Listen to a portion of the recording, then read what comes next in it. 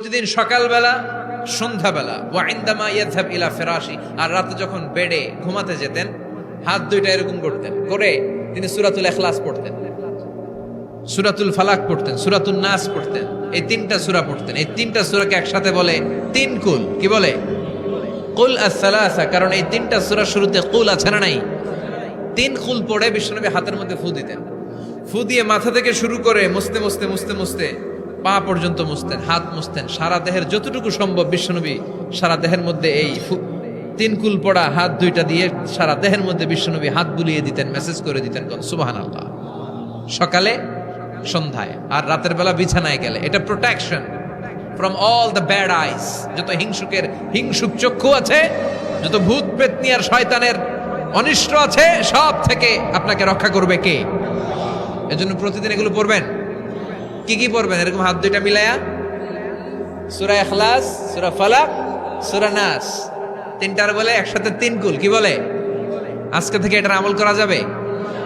মা আয়েশা যখন অসুস্থ হতেন, বিশ্বনবীর কাছে যে বললেই বিশ্বনবী বলতেন, আয়েশা হাত দুইটার একসাথে করো, সূরা ফালাক পড়ো, ইখলাস পড়ো, নাস পড়ো, ফু দাও, আর সারা দেহে মেসেজ করো। সুবহানাল্লাহ পড়েন। বিশ্বনবী একবার সেজদায় আছেন। কিসে আছেন? চিল্লায় কোন? সেজদা অবস্থায় লাদাগাতহু আকরাব, একটা বিচ্ছু পোকা এসে বিশ্বনবীর হাতের মধ্যে কামড় দিয়েছে। বিচ্ছু কামড় দিলে খুব আরাম লাগে না? হ্যাঁ, বিষাক্ত, পয়জনাস, ভ্যানামাস। বিশ্বনবী ব্যথা পাচ্ছেন, প্রচন্ড ব্যথায় বিশ্বনবী অস্থির। বিশ্বনবী বললেন, লাআনাতুল্লাহি আলাল আকরাব, এই বিচ্ছুর উপর আল্লাহর লানত। এটা মুসল্লিও চিনে না, নবীও চিনে না, কোন জায়গায় কামড় দিতে হবে এটাও জানে না, কিন্তু কামড় দিয়েছে, ব্যথায় কাতরাচ্ছে। বিশ্বনবী বললেন, লবণের পানি গরম দাও, আঙ্গুলের উপরে ঢালো। লবণের পানি গরম দিয়ে আঙ্গুলের উপরে ঢালতে শুরু করে দিল। বিশ্বনবী পড়তে আরম্ভ করলো, কুল হুয়াল্লাহু আহাদ আল্লাহুস সামাদ লাম ইয়ালিদ ওয়া লাম ইউলাদ ওয়া লাম ইয়াকুল লাহু কুফুয়ান আহাদ। পড়েন সুবহানাল্লাহ। এজন্য ব্যথা পেলে, সাপে কামড়ালে, বিচ্ছু কামড়ালে, বল্লা কামড়ালে, মধুপোকা কামড়ালে কি করবেন? সূরা ইখলাস, সূরা ফালাক, সূরা নাস। আবার বলেন, সূরা ইখলাস, সূরা ফালাক, সূরা পড়ে ফু দিবেন। আর রাত্রেবেলা, সকালবেলা ঘুমোতে যাওয়ার আগে হাতের মধ্যে ফুল দিয়ে সারা দেহে মেসেজ। মনে থাকবে না? মাহফিল শেষ, ওয়াজও শেষ, মনে থাকবে তো? এই মসজিদে কুবাতে বিশ্বনবী সাল্লাল্লাহু আলাইহি ওয়াসাল্লাম এক সাহাবাকে ইমাম বানায় দিয়ে আসলেন। উনি ইমামতি করে মসজিদে, আর বিশ্বনবী ইমামতি করে মসজিদ নববীতে। মসজিদে কুবার যে ইমাম, তিনি প্রতি রাকাতে জাহারি কেরাতে, মানে মাগরিব, এশার, ফজরের সালাতে প্রত্যেক রাকাতে সূরা ফাতিহার পরেই এই সূরা ইখলাস পড়ে। শুনতেছেন? প্রত্যেক রাকাতে সূরা ফাতিহার পরে কি পড়ে? ইখলাস। মাগরিবের প্রথম রাকাতেও ইখলাস, দ্বিতীয় রাকাতেও ইখলাস, এশার প্রথম রাকাতে ইখলাস, দ্বিতীয় রাকাতেও ইখলাস। ইখলাস পরে এরপর অন্য একটা সূরা পড়ে, কিন্তু শুরু করে ইখলাস দিয়ে। ফজরের প্রথম রাকাতেও ইখলাস, দ্বিতীয় রাকাতেও। মুসল্লিরা কে পাইছে কি? পাইছে কি? খালি ইখলাস, খালি ইখলাস। যে ধরছে, আপনি পাইছেন কি বলেন? ইমাম সাহেব বলে, কিছুই পাই নাই, আমার মন চায় আমি পড়ি, তোর মন চাইলে তুই পড়, নাইলে যা।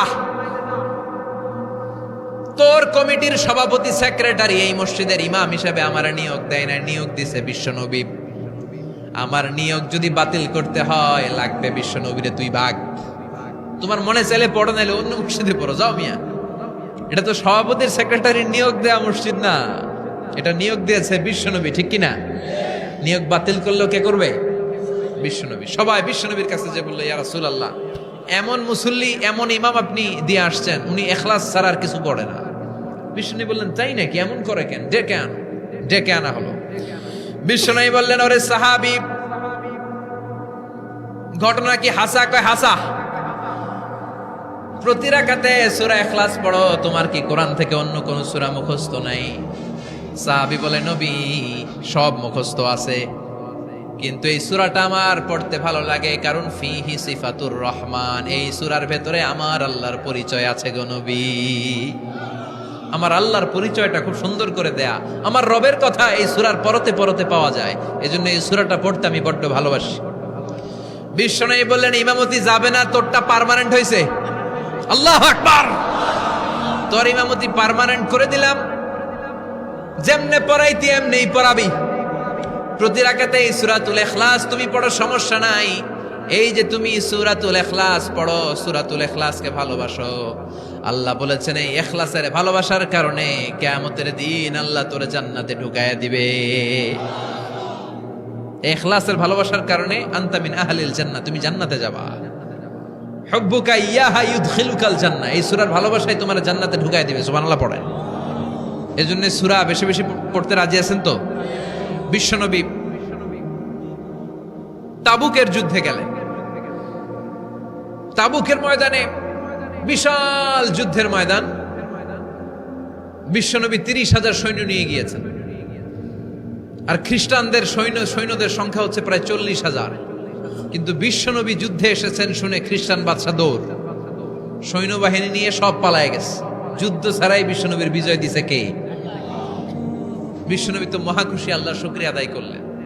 যুদ্ধের ময়দানে বিশ্বনবী দাঁড়িয়ে আছেন, হঠাৎ দেখলেন সাইয়েদনা জিব্রাইল আকাশ থেকে জমিনে নেমে আসছে। জিব্রাইলকে আল্লাহ তাআলা 600 পাখা দিয়েছিলেন। সহিহ মুসলিমের বর্ণনা, রাআ রাসূলুল্লাহি জিবরিলা ওয়া লাহু 600 জানাহ। 600 পাখা। কয়শো? 600 পাখা মেলে সাইয়েদনা জিব্রাইল নেমে আসছেন। ওনার পাখার কারণে সূর্যের আলো পৃথিবীর মধ্যে পড়তে বাধা সৃষ্টি হচ্ছে। অন্ধকার দেখে বিশ্বনবী তাকিয়ে দেখে জিব্রাইল একা না, জিব্রাইলের সাথে হাজার হাজার ফেরেশতার বহর।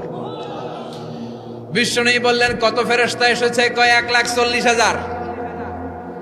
সাইয়েদনা জিব্রাইল বললেন, ও নবী, আপনি যুদ্ধের ময়দানে আল্লাহর শুকরিয়া করেন, আর ওই মদিনাতে আপনার কলিজার টুকরা সাহাবী মুআবিয়া ইবনে মুআবিয়া আল মুজানি একটু আগে শেষ নিঃশ্বাস ত্যাগ করেছে গো নবী।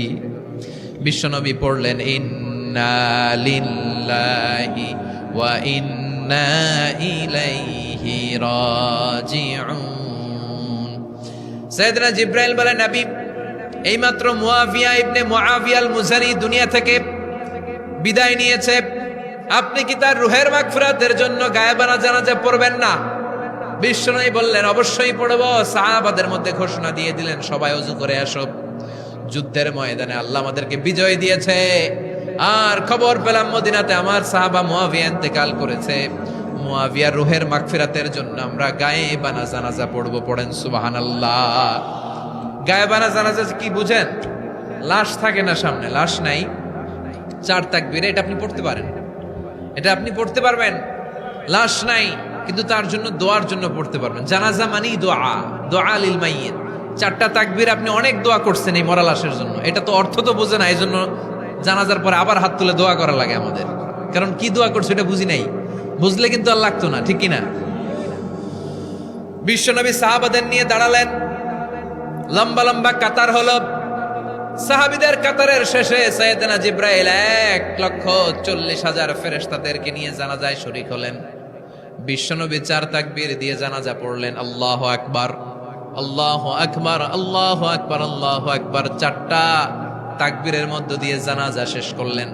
বিশ্বনবী তাকিয়ে দেখে সাহাবাদের পেছনে 1,40,000 ফেরেশতা দাঁড়িয়ে জানাজায় শরীক হয়েছে।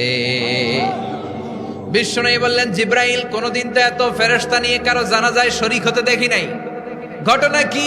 কি এমন আমল ছিল আমার মুআবিয়ার, যে আমলের কারণে মুআবিয়ার নামটা আল্লাহর আরশে চলে গিয়েছে? 1,40,000 ফেরেশতার বহর নিয়ে তুমি জানাজায় শরীক হয়েছো। কি এমন গোপন আমল ছিল আমার মুআবিয়ার, আমারে বলো। সাইয়েদনা জিব্রাইল বললেন, নবী, আপনার মুআবিয়া বিশেষ একটা আমল করত। বিশ্বনবী বললেন, কি সেটা? সাইয়েদনা জিব্রাইল বলে, আপনার এই সাহাবী কাইমান আও কাঈদান, জালিসান আও মাশিয়ান, উঠতে বসতে চলতে ফিরতে সব সময় আপনার এই সাহাবী পড়তে থাকতো, কুল হুয়াল্লাহু আহাদ, আল্লাহুস সামাদ, লাম ইয়ালিদ ওয়া লাম ইউলাদ ওয়া লাম ইয়াকুল লাহু কুফুয়ান আহাদ। পড়েন সুবহানাল্লাহ। উঠতে বসতে চলতে ফিরতে সব সময় এই সাহাবীর একটা অভ্যাস ছিল, উনি কুল হুয়াল্লাহু আহাদের উপর আমল করতো। বেশি বেশি সূরাতুল ইখলাস পড়তো। পড়তে রাজি আছেন? আজ থেকে বেশি বেশি সূরাতুল ইখলাসের উপর আমল বানানোর দরকার আছে না নাই?